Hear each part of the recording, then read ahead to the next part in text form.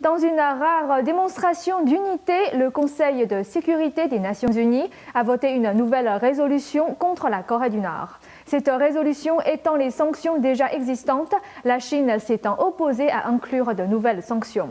Les États-Unis conseillaient, quant à eux, d'adopter une position plus stricte envers la menace nucléaire de la Corée du Nord. Le Conseil de sécurité des Nations Unies a voté une résolution unanime d'élargissement des sanctions contre la Corée du Nord. La Chine, le principal support de l'État communiste coréen, s'est joint à la communauté internationale pour condamner les ambitions nucléaires de Pyongyang. Cette résolution démontre à la Corée du Nord qu'il existe des conséquences significatives et unanimes aux violations flagrantes de ses obligations fixées par de précédentes résolutions.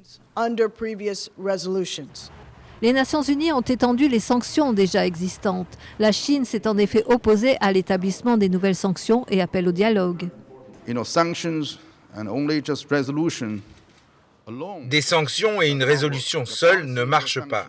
La politique de sanctions ne marche pas. La résolution doit être accompagnée d'efforts diplomatiques.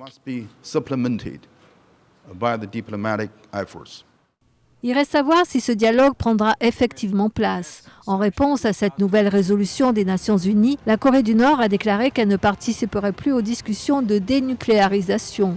Elle a aussi menacé de renforcer ses capacités militaires et nucléaires. En décembre dernier, la Corée du Nord avait lancé une fusée et déclaré que l'objectif était de placer un satellite en orbite. Les 15 membres du Conseil de sécurité des Nations Unies considèrent ce geste comme une tentative nord-coréenne d'étendre ses aptitudes nucléaires. Le régime chinois avait déjà accepté les sanctions des Nations Unies envers les essais nucléaires de la Corée du Nord en 2006 et 2009. Les dernières sanctions en date visent une banque nord-coréenne, une station spatiale et d'autres petites entreprises. 3 personnalités nord-coréennes ont aussi été ajoutées à une liste noire.